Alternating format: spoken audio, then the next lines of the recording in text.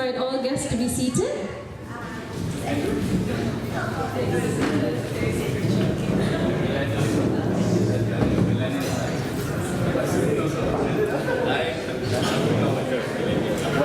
We would like to seek for your cooperation to silence all electronic devices through the course of this event.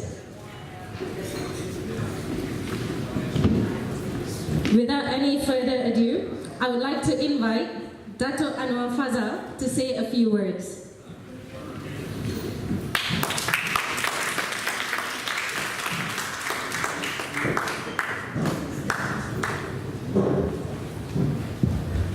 Brothers and sisters, Assalamu alaikum, good morning. When Anil asked me to come and say a few words, I said that's usually very difficult for me. And therefore I decided not to write a speech, come here and just look at the faces that are in the meeting room and respond briefly to some things I feel about this particular subject and why this is so important.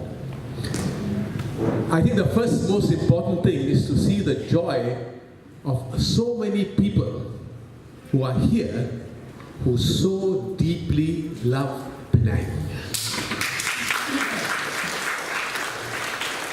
So Penang has a certain magic, Penang has a certain spirit. And this particular spirit, this particular joy of Penang is actually one of our major assets. If we look at the world today, you are having challenges that can only be described as heading towards apocalypse, ecologically, economically, socially, bigotry and racism, economically, crony capitalism, and just rampant greed that is operating, and then of course in ecology with the environment, with the oceans, the climate, the forest, the whole biodiversity of our universe is being challenged like never before. We know that Mother Earth is being pressured and we are putting her under so much that we are overshooting globally 1.7 times.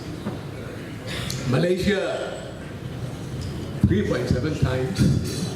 There's a world overshoot day, interesting, where people celebrate how far you are damaging Mother Earth. Yeah? And you would be very interested to know what is overshoot day for Malaysia and what is the world average for overshoot day. We're actually worse than the average, so which means that we have to start beginning thinking. And there are basically three tools, which I began a little bit also with my journey thanks to the British government and the British Council. They gave me a 2-week fellowship to UK to study new towns in UK in 1972. So that's before some of you were gone. And there were, with that and a year that I spent in the States looking at urban issues, there were 3 fundamental truths that I found. One is that urbanization is the single most important factor in terms of the, you can say, the transformation and the impact that is happening on the world because of the way we live, the buildings we build, the structures that we connect them with, transport chaos in so many parts of the world, the way we are destroying mountains and forests, and the whole urban impact is the single most, you can say, human impact. And part of it is related, of course, to lifestyles, also. The urban lifestyles, the malls, and just the mad consumerism, that the Pope often likes to remind us. The second thing, of course, is the people. That everywhere where there is a difference being made, it is also people with courage, people with, you can say, feeling of things that need to change, standing up and not being afraid to challenge the princesses and the merchants, which Michael Belly term used, in order to make sure that we don't go in the directions of that apocalypse that we are strongly heading for. And in Penang, we've had a wonderful journey with regard to such an issue because we've been talking about it. I took the opportunity recently at a very interesting venture which the state government is involved in, the development of a green agenda for Penang, Green Sustainable Penang agenda. They had a symposium, and I thought it's so necessary, and this is the third truth, that people who work in these kinds of fields are totally ignorant very often of all the things that have been done in the past and the failures of the past. And I thought I will document some of these, and I have a little document here called A Journey to a Sustainable Penang with some interesting documents, and you can get this free at the back if you buy a certain book.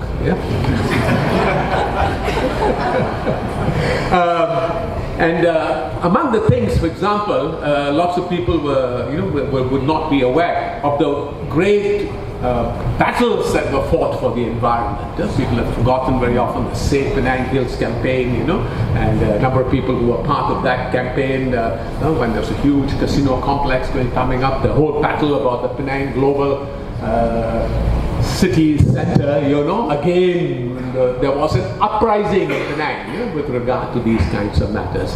And there are, of course, many, many issues. Early, for example, when the first bridge was built, the two major civil society organizations in Penang, CAP and SAN, joined together and opposed the bridge, saying this kind of money should be spent in improving public transportation, improving housing, improving the ferry system, which could have been expanded 20 times, And that move not only later led to the slow death of the ferry and led to Penang becoming not a caring society, for which Penang was very famous. Our health centers here, even from 200 years ago, were famous.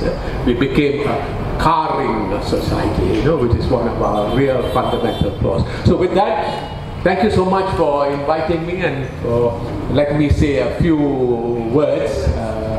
I will look forward to the discussion of the new challenges of these times. Thank you very much, and Assalamu alaikum.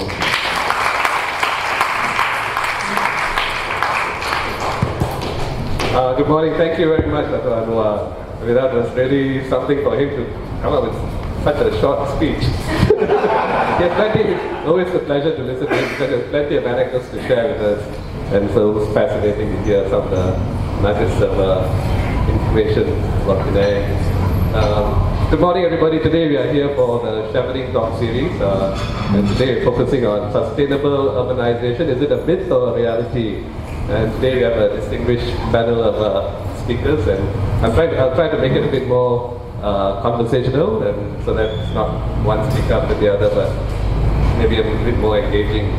Try to engage and probably ask a couple of questions, and then maybe towards the end of each speaker, give you a chance to add one or two questions for them.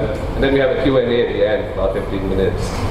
So each person will have about 15 minutes each. And when you raise your questions, just state your name and come up with your question within a minute. So we try to give everybody, try to hear as many views as possible. So I appreciate if you could just state your question briefly within a minute. Okay. But for a start, this whole topic about sustainable urbanization is crucial during these times of climate change. We saw what happened in Penang over the last 2 or 3 months, the floods, the landslides, and we're also having crisis of water coming up in the next few years as well. So let me introduce our speakers. We have Surin Sutsuwan, who is the Director of Pro Forest, the Regional Office in Kuala Lumpur, Southeast Asia Office. And then we also have YB Zairil, who is the MP for Bukit Bendera, and he's the DAP spokesperson for Education, Science and Technology. He's also got an IT background, studied at Multimedia University. And we have Andrew Ng.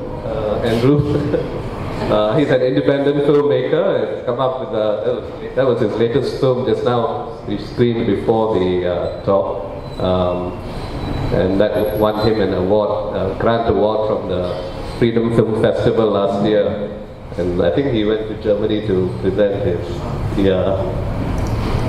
And finally, Salma probably needs no introduction. She's our councillor for the Penang Island City Council, and she's a heritage activist, written lots of books about Penang. I remember her first book, Streets of Penang, which really made her name. So I'll start off with Surin. Surin, we're having major problems in ecology, and you are involved in the Ulu Muda, Save Ulu Muda campaign. Could you tell us a bit about some of the challenges there? Thanks, Anil.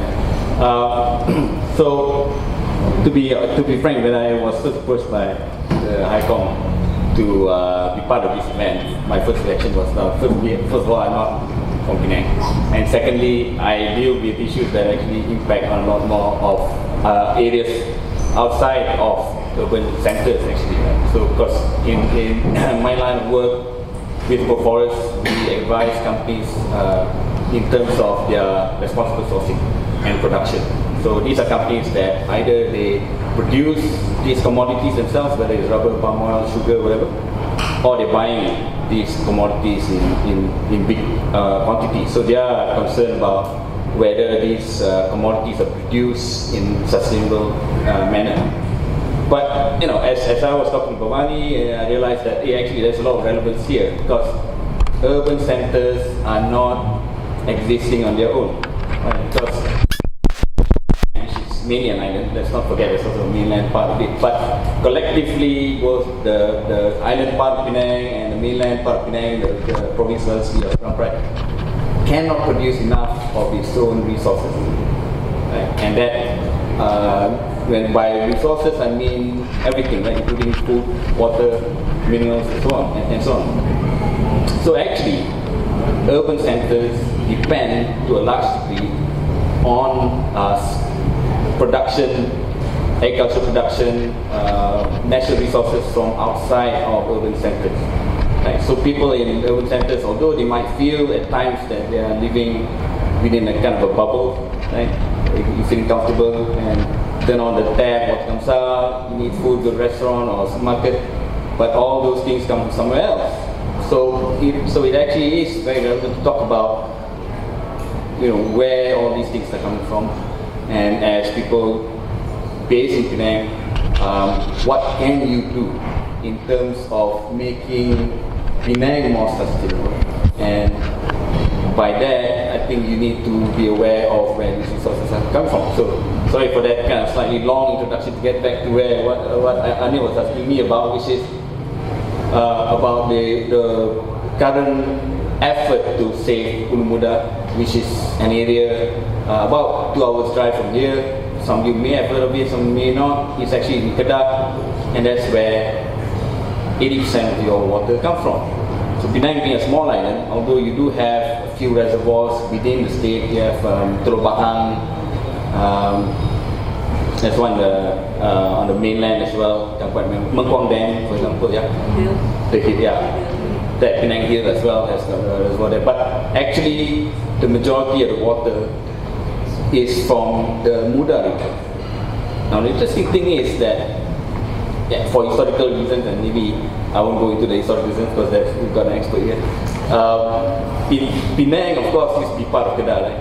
So when they carved out a slice of Kedah and gave that to Penang, the last 20 or 30 kilometers of the Muda River ends up being part of Penang. So the Penang government takes the water from the Penang side of the Muda River.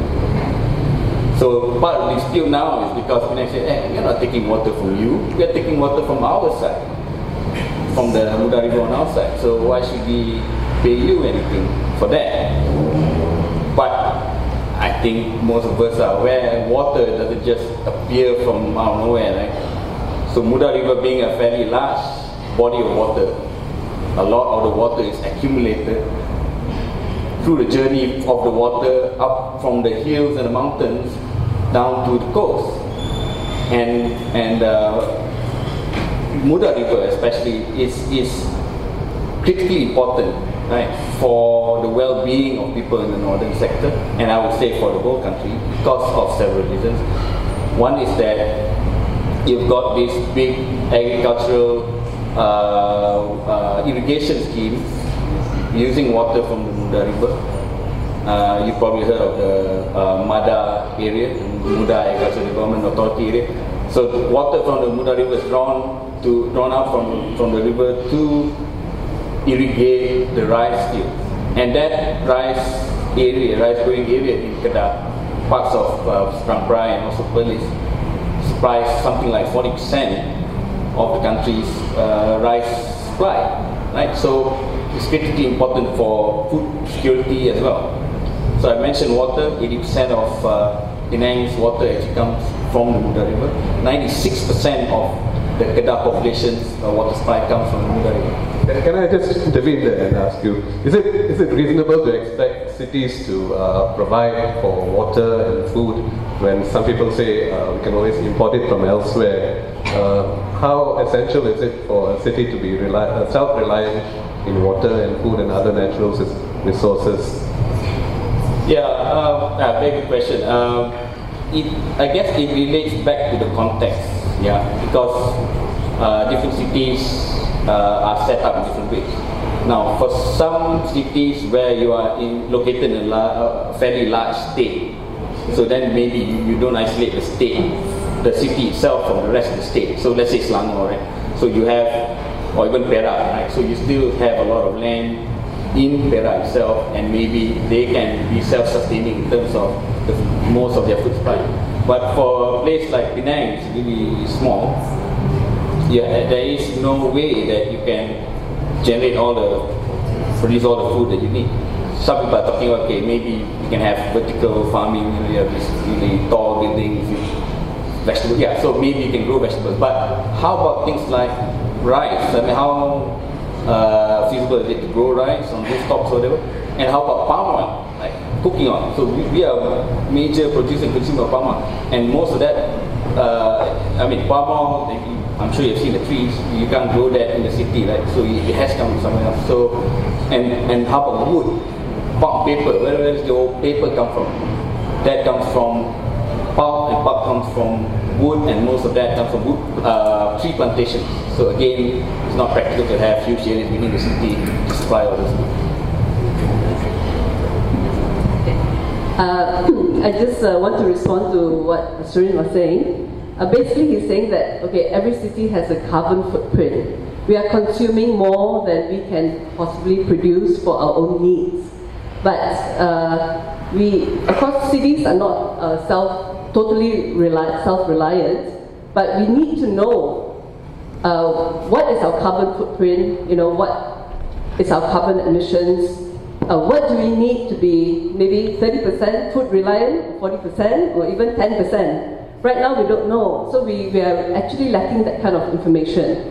So this kind of, urbanization, knowledge about urbanization is becoming a science, or has been a science. So for example, you need to understand what are the ecosystem services, like Ulu Muda is producing water for Penang, what are the, agricultural production, and also biodiversity. Even though Penang is such a small state, but we should still keep our biodiversity. And that's why personally, I really agree with that kind of statement. Nature needs half. Whether it's for Malaysia, okay, Penang, maybe it's not possible to give half to nature, but we should try. We should at least know how much, natural reserve we have, and how much more we should try to give. So, environmental, I was also at World Urban Forum recently. So the big message is social inclusion. Social inclusion means people young and old, people of differing abilities, people with disabilities also can get access. The space is not very accessible, by the way. And I feel like I'm perching on the stool. I'm really concentrating not to fall off the stool. And then, of course, social inclusion also means looking at inequality gaps, gaps in equality, in inequality, which is just getting wider and wider, and how do you bridge this inequality? So, of course, since we're a capitalist country, so we're just following the capitalist mechanisms. But that's where the government, the council has a role to play, because we are the ones that provide public space, we're the ones that provide access to community facilities and so forth. We are the ones that protect the environment. So we need to be more aware of social inequality and try to give people access to public space, to a good environment, infrastructure and so forth. And then the third thing, of course, is the character of Penang. That's very important, because, or the character of any place. Every time somebody says, oh, let's do this because, Japan is doing this, Europe is doing this, whatever city is doing this, I'm very wary, because, as someone said, if you cut and paste solutions, you're also cutting and pasting mistakes. When people do a kind of pilot project or something, they always want to show off the best. They're not going to tell you all the mistakes that they made. But we only see that kind of, whatever they present, we see, the good example, best practice and so forth. And we say, oh, let's do it here. And then I'm like already cringing, like, oh no, please let's not do it here, because we don't understand the context where they did this. And we need to understand what is appropriate for our own context. So I'm very much a context person, yeah. Can we have a quick question from the floor? Just 1 minute. Anybody? To what extent do you think the ecology is being affected in Penang as a result of surrounding circumstances, the regional crisis? Yeah, that's one thing. Hello, my name is Kam Suan Peng. I'd just like to respond to Khoo Salma's point about carbon footprint. I think a more appropriate concept to embrace in terms of talking about sustainability is the ecological footprint, which is a far bigger concept than carbon footprint. Because when you talk about carbon footprint, you do not include things like water resources, which is not really like carbon related. And I think Sir Brown Pride, the MPSP, under formerly Datuk Maimuna, I think they have done a pretty good job in trying to work out the ecological footprint for Sir Brown Pride, but this has not been done yet for Penang Island. And one can imagine that the ecological footprint for Penang Island is going to be far bigger than for Sir Brown Pride, both because of its higher rate of urbanization and also because of its higher population density. Thank you. So, Surin, maybe if you could just tell us, should we allow this rural-urban migration drift to continue, or is there something we can do to make the rural areas more attractive and that partially solve the ecological problem? Yeah. Wow, some tough questions early in the morning. The issue about ecological footprint, of course I can touch on that in more general ways. I'm not too sure what's happening here in Penang, but I think it's really useful to look at ecological footprints at various scales. So whether it's at the city scale, state level, national, global, right? So Dato' Anwar has spoken already about global footprints and the cutoff date where we start actually spending the future's resources, and I think currently that's something like in April or something like that. Every year we are starting to use the resources for the rest of the year. That shows we're really behind when it comes from when it comes to ecological sustainability. So I think Penang, Seberang Perai probably would be somewhere along that path as well. So interestingly, and I was talking earlier, the issue about urbanization, is urbanization a bad thing in the first place? Right? Is the solution then to spread the population over a larger area? Is that the solution? Well, yes and no, because on the one hand, urban areas can be a very efficient place to live in because you have a high concentration of people and therefore a high concentration of facilities. And in that sense, you can use your resources more effectively. But I think, and touching back to what I was saying earlier, we need to make sure that the resources can cope with the increased urbanization. So if Penang wants to have more people concentrated in the urban areas, then it has to make sure that it can secure, for example, the water supply in the long run. There's no point in maintaining that economic or urbanization growth if you haven't secured the water supply.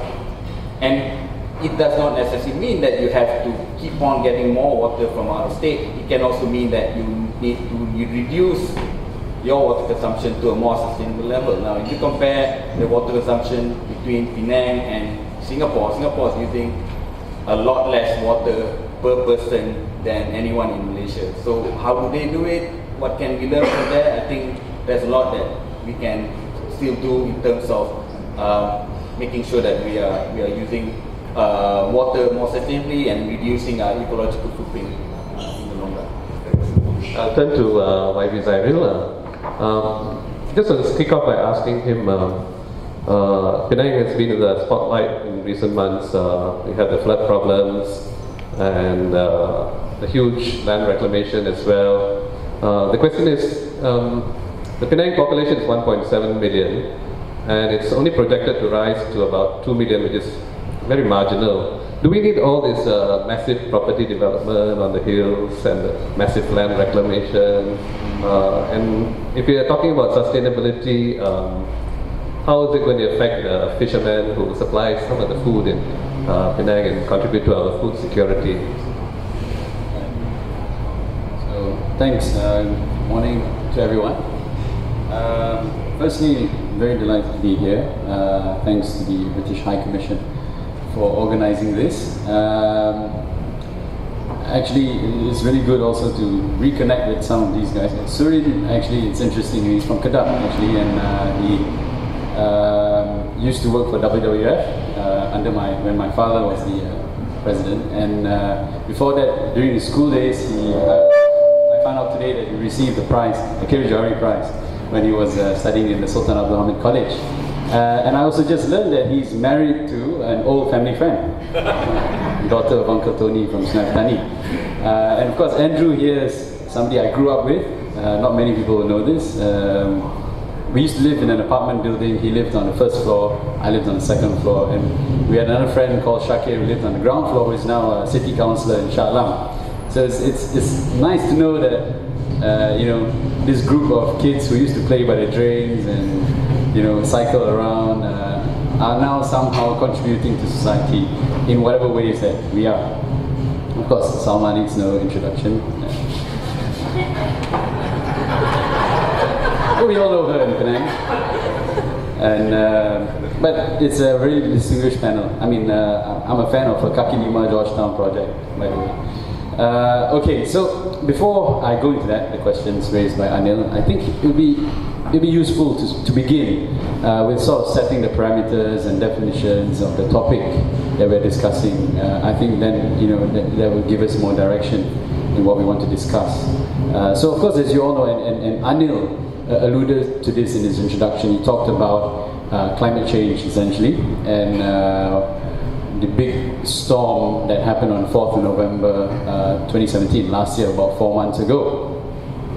And I think that is something that we have to deal with. It's an undeniable fact, the fact that climate change is happening. In the last 100 years, you've seen rise in global temperatures and correspondingly rise in global sea levels.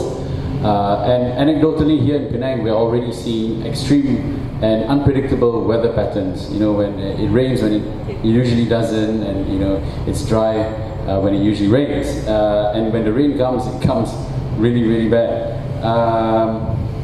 On 4th November, we actually saw rainfall, craziest storm we've ever had in Penang in living memory, and we recorded rainfall of up to 372 millimeters in Seberang Perai Utara.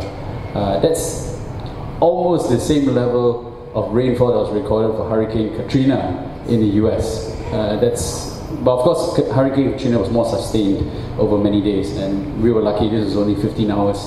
But I mean, it's that kind of weather that usually does not happen in Penang, and so that's something we really have to deal with. And it's also a big question of whether we are prepared to deal with it and how we're going to face it.